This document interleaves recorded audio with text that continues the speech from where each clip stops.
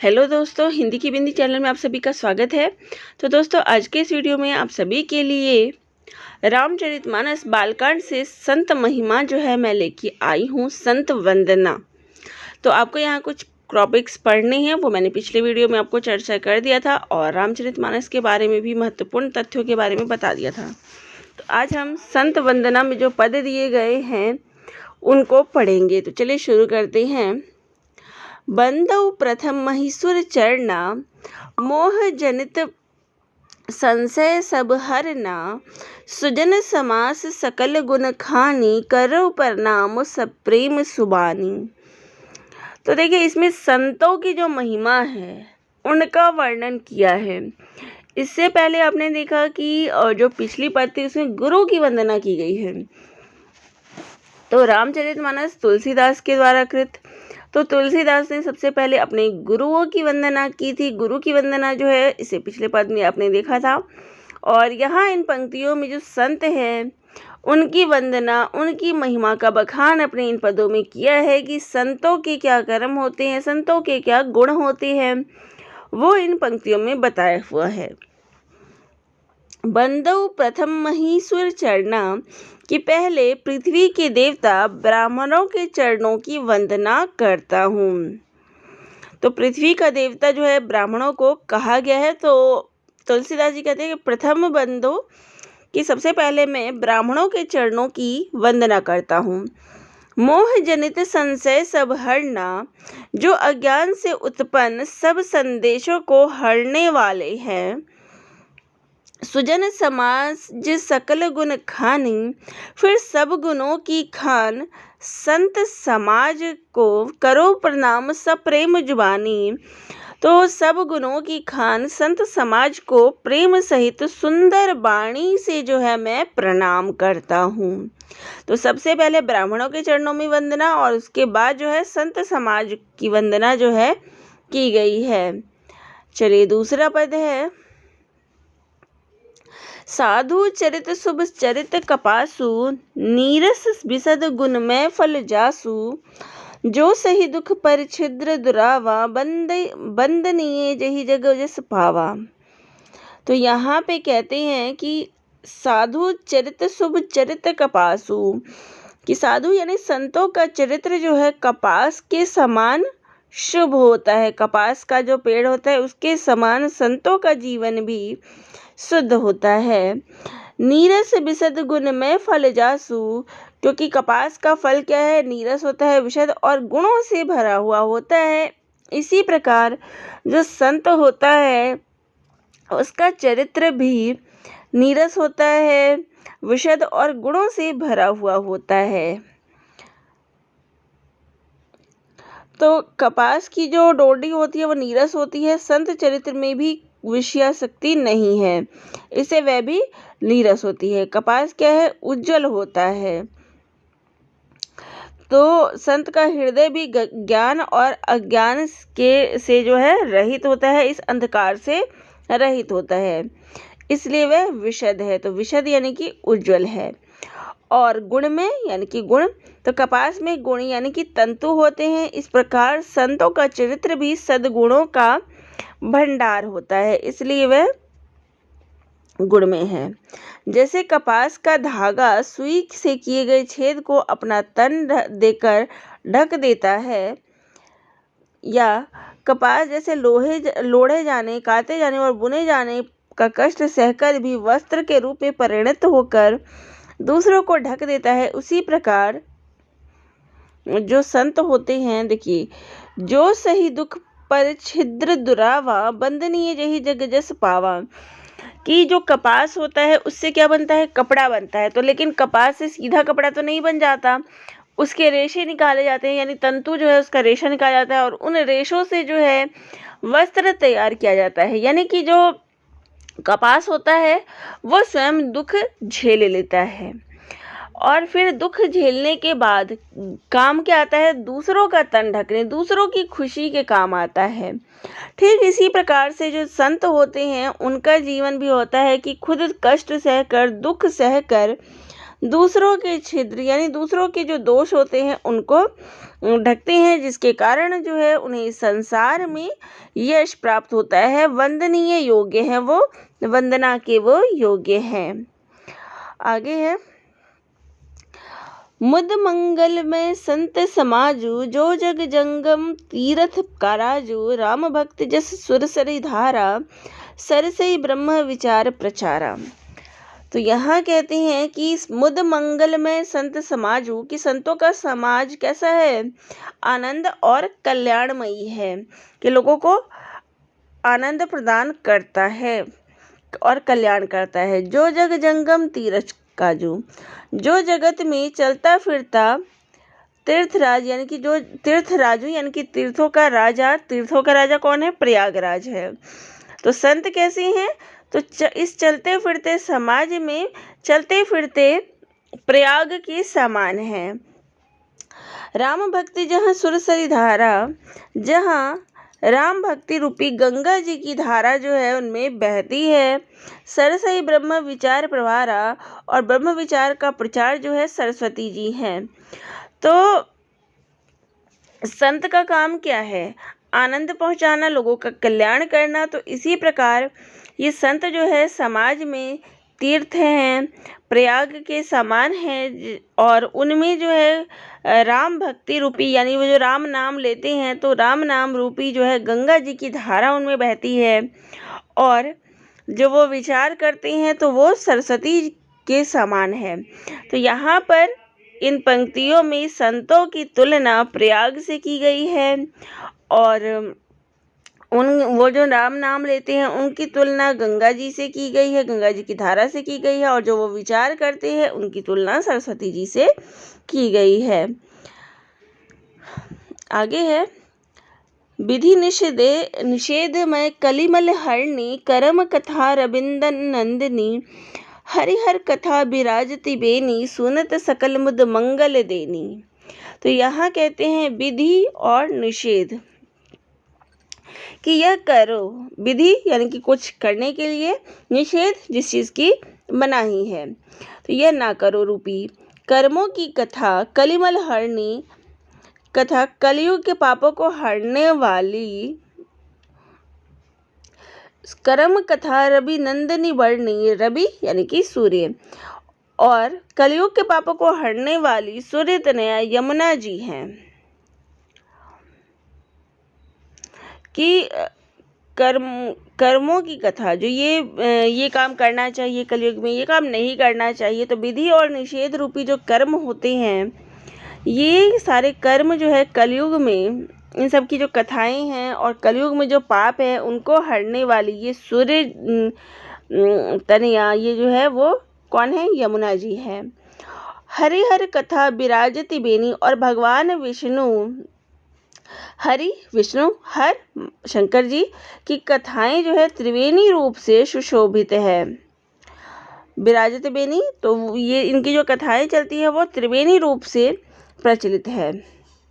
सुनत सकल मुद मंगल देती, और जो सुनते ही सब आनंद और कल्याणों को प्राप्त करते हैं। तो ये जो कहानियां हैं, इनकी कथाएं हैं, ये कौन कहता है, ये संतों के द्वारा ही इन त्रिवेणियों की कथाएं, इन ब्रह्मा विष्णु महेश की जो कथाएं हैं, गुण गाथाएं हैं, संतों के द्वारा भी की जाती है। तो यही वर्णन इनमें किया गया है कि ये किसके समान है।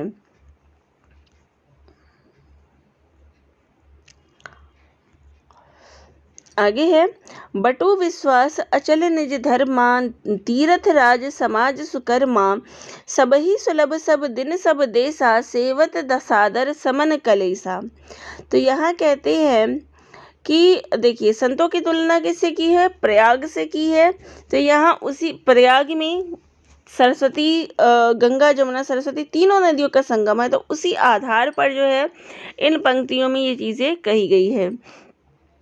बटु विश्वास अचल निधर्मा, उस संत समाज रूपी प्रयाग में, तो संतों के समाज को प्रयाग के समान बताया गया है कि अपने धर्म में जो अटल विश्वास है, बटु विश्वास अचल निज धर्मा, कि अपने धर्म में जो अटल विश्वास है वह क्या है, बटु यानी कि बटु कहते हैं बरगद के वृक्ष को, यानी अक्षय वट के समान है। जो अपने धर्म में विश्वास है, ये कि हमारा धर्म ये है, तो उसमें अटल विश्वास है, वो अक्षय वट के समान है।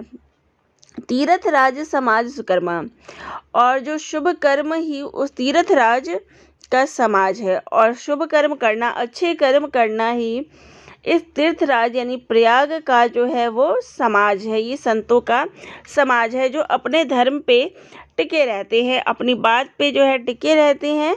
तो ये टिका रहना जो है ये अक्षय वट के समान है। जैसे अक्षय का वट, बरगद का पेड़ एक जगह पर टिका रहता है स्थाई लाखों लाखों सालों तक, ऐसे ही ये संतों का कर्म है, धर्म है, जो हमेशा से विद्यमान रहा है। और आगे कहते हैं, सबही सुलभ सब दिन सब देशा, कि सब देशों में और सब समय सभी को सहज ही में ये प्राप्त हो जाता है। यानी कि ये संत है, ये जो संत समाज है, उसके लिए किसी को भी कोई मेहनत नहीं करनी पड़ती, ये सहज रूप में ही सभी को ये संत समाज देखने को मिल जाता है। सेवत सादर समन कलेशा, और सब जो भी लोग आदर पूर्वक इनका सेवन करते हैं, सेवा करते हैं, उनके सभी कष्टों का नाश होता है। आगे कहते हैं, अकथ अलौकिक तीर्थ राउ, देह सद्य फल प्रगट प्रभाव। तो यहाँ कहते हैं कि अकथ अलौकिक यानी कि वह तीर्थराज यानी कि प्रयाग संतों का समाज। यहाँ जो तीर्थराज से तात्पर्य है वो संतों के समाज से है, संतों से है, ये ध्यान में रखिएगा। तो यहाँ पे संतों के समाज से जो है तीर्थराज से तात्पर्य है, तीर्थराज से तात्पर्य है। वो कैसा है? अलौकिक है और अकथनीय है, यानी कि अलौकिक है और जिसकी कथा कोई भी नहीं कह सकता। देह सद्य फल प्रगट प्रभाव, और तत्काल जो है वो फल देने वाला है और इसका प्रभाव जो है वो प्रत्यक्ष है, हमारे सामने प्रत्यक्ष रूप से विद्यमान है। अब फिर यहाँ पे जो है दोहा शुरू हो जाता है। दोहा क्या है? सुनि समुझाहि जन मुदित मन मंजहि अति अनुराग, लहहि चारि फल अक्षत तनु, साधु समाज प्रयाग। तो कहते हैं कि सुनि समुझहि जन मुदित मन मंजहि, कि जो मनुष्य इस संत समाज रूपी तीर्थराज का प्रभाव प्रसन्न मन से सुनते और समझते हैं।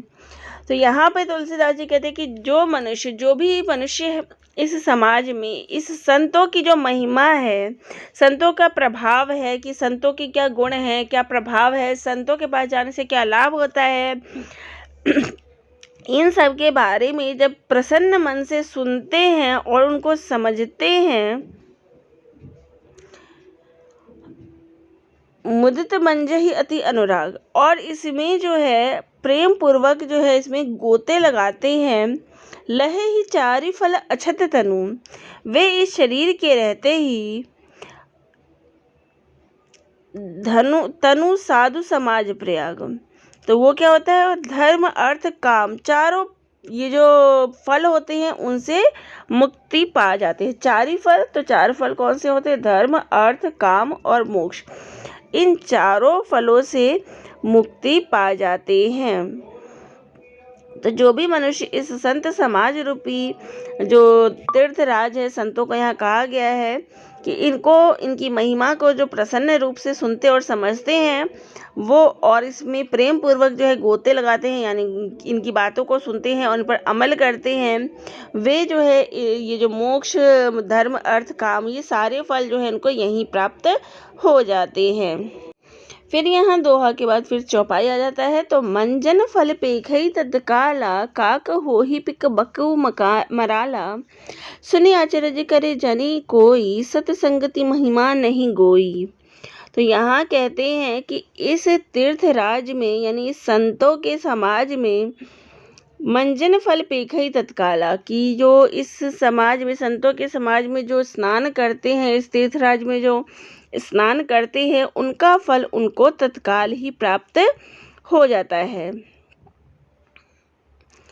काक हो ही पिक बको मकारा। और ऐसा लगता है और ऐसा मतलब अनुभव होता है, ऐसा लगता है कि कोई कौवे जो है वो कोयल बन जाते हैं। यानी कि जो इस संत समाज में गोते लगाते हैं, इनकी महिमा को सुनते हैं, संतों के बारे में जो सुनते हैं, उनके श्री वचन जो है सुनते हैं, वो क्या है, तत्काल ही उनको इसका फल जो है प्राप्त हो जाता है।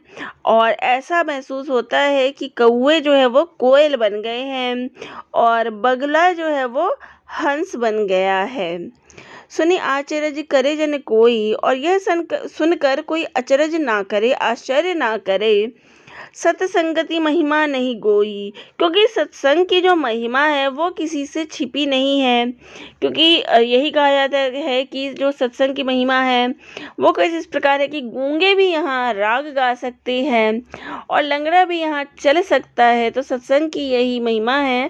तो यहाँ इसी प्रकार का वर्णन जो है इसमें यही कहा है कि इन संतों के वचन जो है, इनकी महिमा जो सुन लेता है तो वो कौवे भी वहाँ कोयल बन जाते हैं और बगुले भी वहाँ हंस बन जाते हैं। और इसमें कोई आश्चर्य करने की बात नहीं है, क्योंकि सत्संग की जो महिमा है वो किसी से छिपी नहीं है।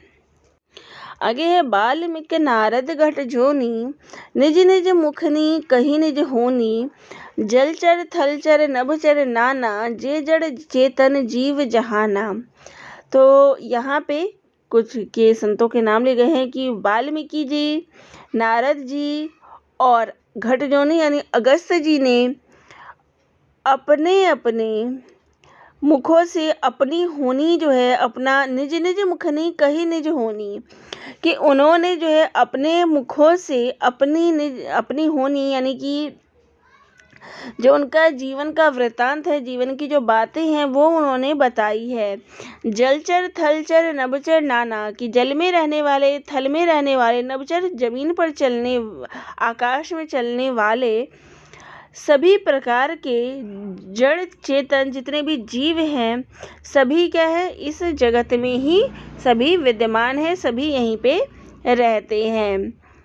तो सभी ने जो है अपनी बात बताई है और सभी जो है यहीं पे इसी जगत में विद्यमान है। कोई कहीं बाहर से नहीं आया है, सभी यहीं पर रहते हैं और सभी ने जो है अपनी अपनी बातें यहाँ बताई है।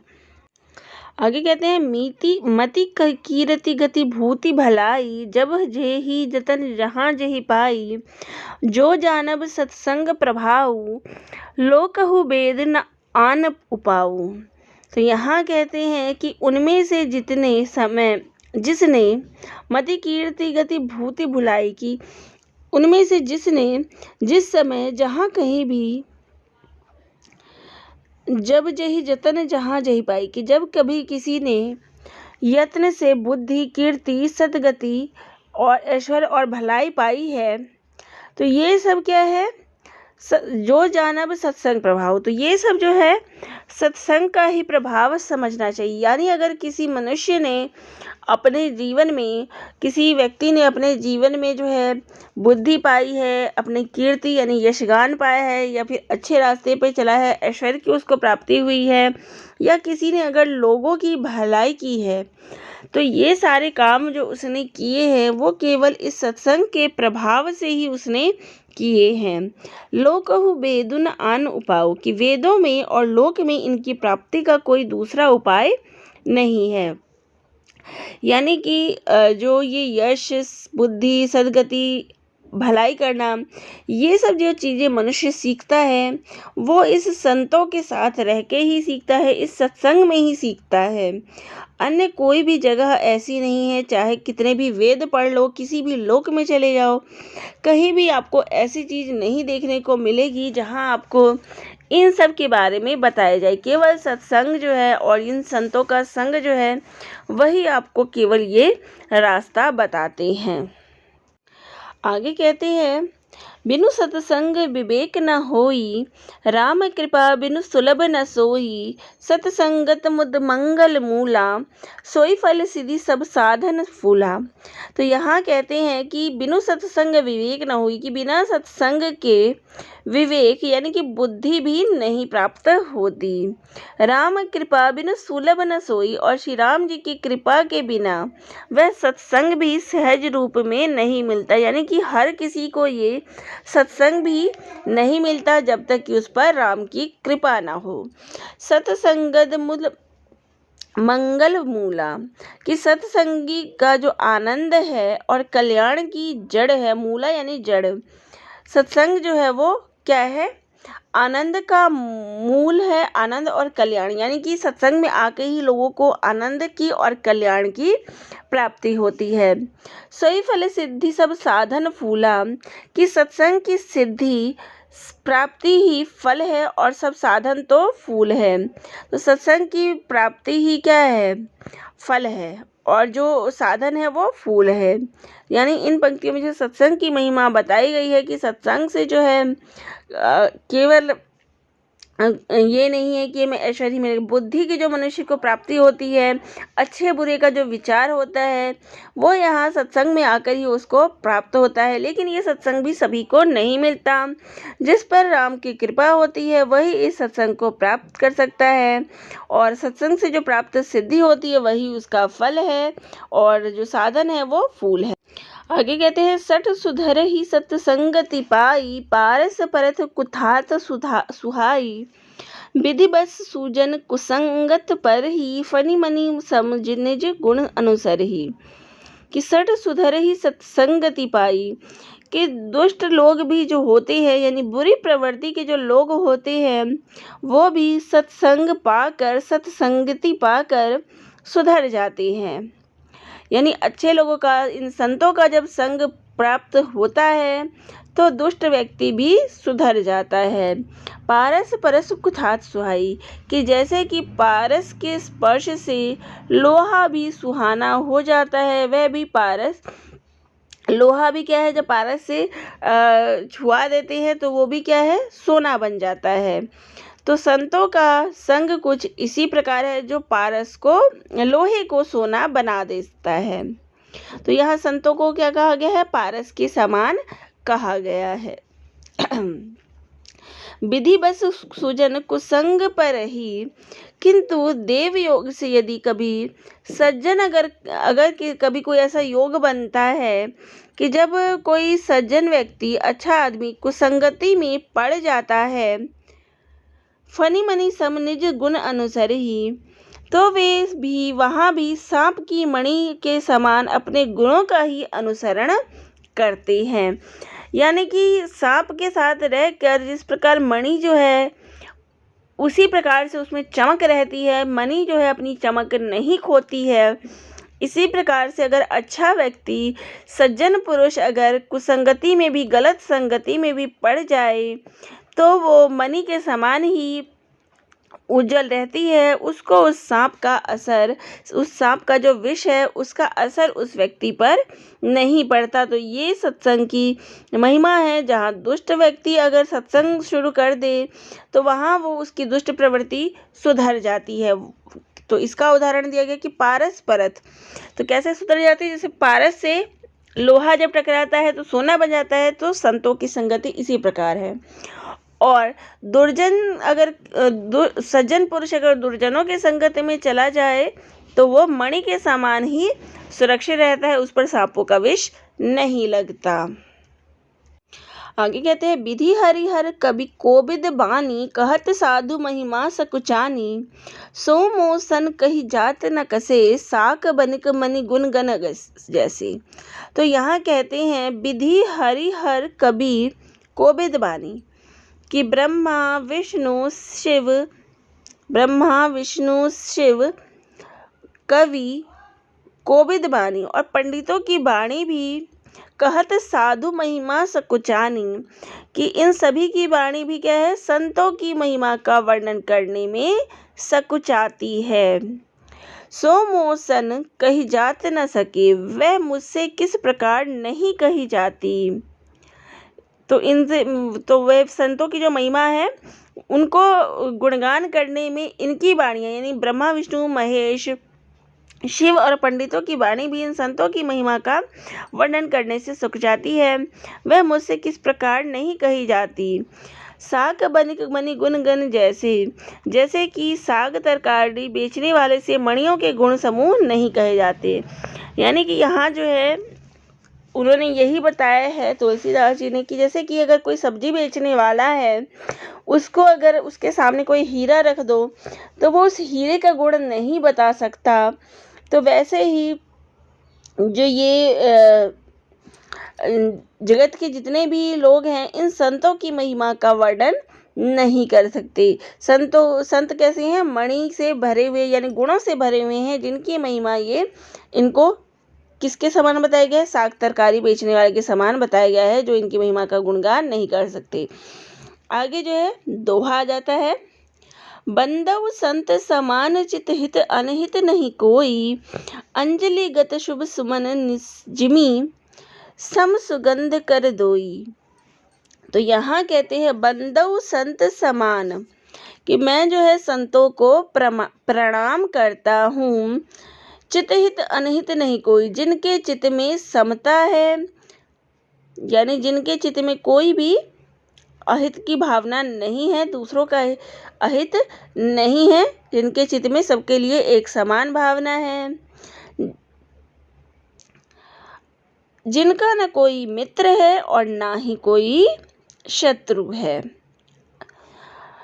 अंजलि गत शुभ सुमन, जैसे अंजलि में रखे हुए सुंदर फूल, तो यहाँ पर अंजलि यानी कि हाथ, कि अंजलि में रखे हुए फूल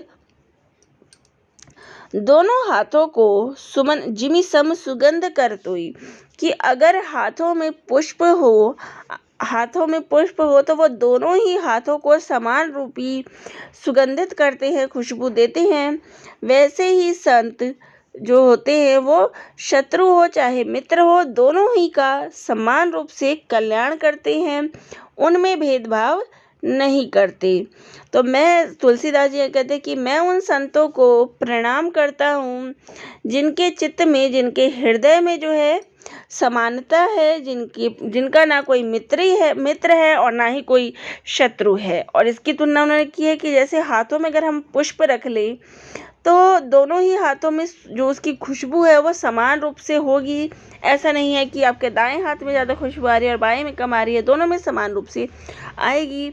ऐसे ही ये संत होते हैं जो उनके पास चाहे शत्रु आ जाए चाहे मित्र आ जाए, दोनों का ये समान रूप से कल्याण करते हैं। आगे है, संत सरल चित जगत हित जानी स्वभाव सनेहु, बाल विनय सुनि करी कृपा राम चरण रति देहु। तो यहाँ कहते हैं संत सरल चित, कि संत का चित्त यानी हृदय और जगत हित के हित, कि संत जो होते हैं वो सरल हृदय के होते हैं और जगत के लिए हितकारी होते हैं। स्वभाव स्नेह, उनके ऐसे स्वभाव और स्नेह को जानकर बाल विनय सुनि करी, कि उनके ऐसे स्नेह को जानकर मैं उनका विनय करता हूँ, मैं उनको प्रणाम करता हूँ। बाल विनय सुनि करी कृपा रामचरण रति देहु, मेरी इस बाल विनय को, कि जैसे एक बच्चे प्रार्थना करते हैं तो मेरी भी विनती को एक बच्चे की विनती समझकर सुनकर कृपा करके श्री राम जी के चरणों में मुझे प्रीति दे, प्यार दे, श्री राम के चरणों में मुझे जगह दे।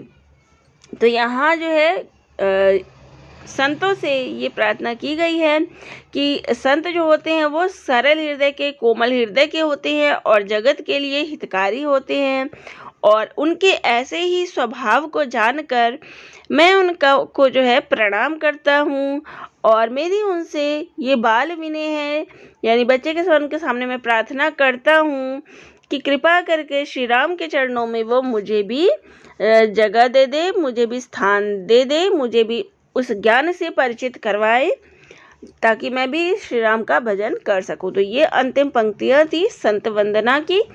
तो आप सभी को ये कैसी लगी कमेंट करके ज़रूर बताइएगा, और चैनल पे नए हैं तो लाइक शेयर और सब्सक्राइब भी करिएगा। तो इसी प्रकार से हम नेक्स्ट टॉपिक भी लेकर आएंगे। धन्यवाद।